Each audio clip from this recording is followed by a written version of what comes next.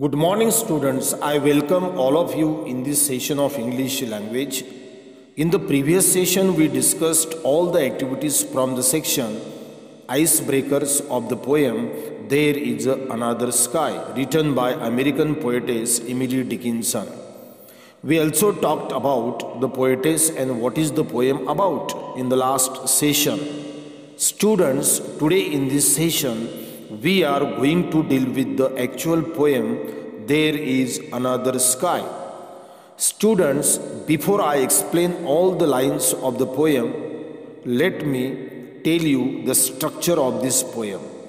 This poem consists of 14 lines.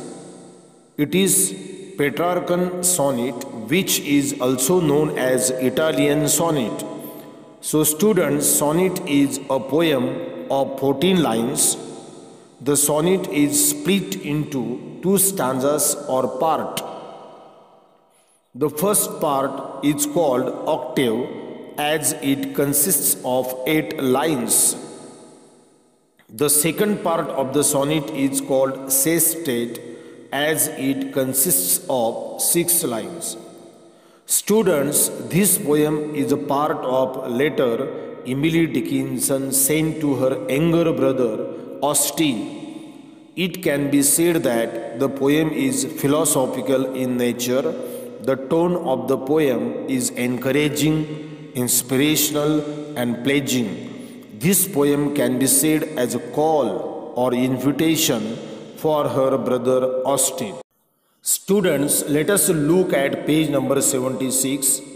I hope you must be having textbooks with you. I read the poem. There is another sky, ever serene and fair, and there is another sunshine, though it be darkness there. Never mind faded forests, Austen, never mind silent fields. Here is a little forest whose leaf is evergreen. Here is a brighter garden where not a frost has been. In its unfading flowers, I hear the bright bee hum. Preeti, my brother, into my garden come.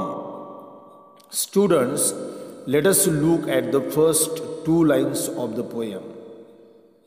There is another sky, ever serene and fair. The first line, there is another sky, is metaphorical itself. The words another sky in this line metaphorically refers to their home, which is like heaven. The word serene in the second line used by the poetess itself clarifies the fact that the place the poetess is referring is peaceful or calm. Moreover, this fact is supported by another word, that is fair. The poetess describes the beauty of this place, telling us about the sunshine which is there even though there is a darkness. If you look at the lines, line number 3 and 4, and there is another sunshine, though it be darkness there. So here the poetess describes the beauty of the place, telling us about the sunshine, though there is a darkness. So in this way, the poetess has compared 2 places, that is, one which is the world of energy and enthusiasm, another where there is a darkness. The word darkness here refers to the depressed and sad mood of her brother Austen. Let us look at the next 4 lines. Never mind faded forest, Austen, never mind silent fields. Here is a little forest whose leaf is evergreen. So, in these lines, the poetess advises her brother that he should not worry about faded forest and silent fields. Here, the expressions like faded forest mean the gloomy condition and silent fields mean dullness or loneliness in the life of Austin. The poet, as a sister, advises him to ignore all these negative things, come to her place even though it is little, but the leaves in this little forest are always green. So, the poetess wants to tell here is that this little forest is exactly opposite to the place where Austin is leading his life. Students, now let us move to the next part of the poem. I read the second part of the poem.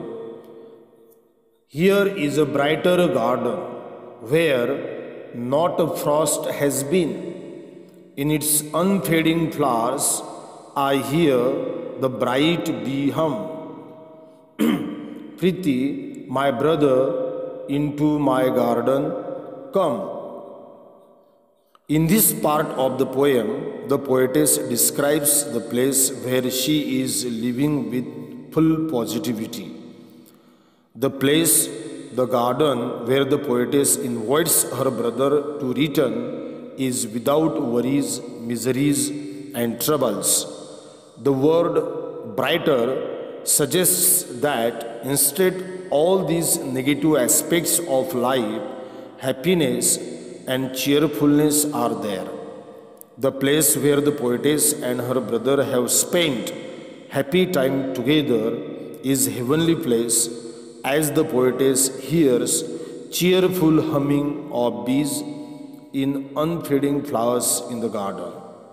Here, unfading means bright or colorful. So in this way, the poetess continues describing the place where she wants her brother to be.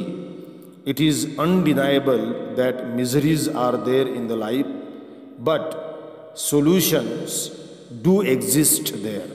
Therefore, the poetess Emily Dickinson convinces her brother Austin to come into the garden. So, students, this is how we have discussed all the lines of the poem.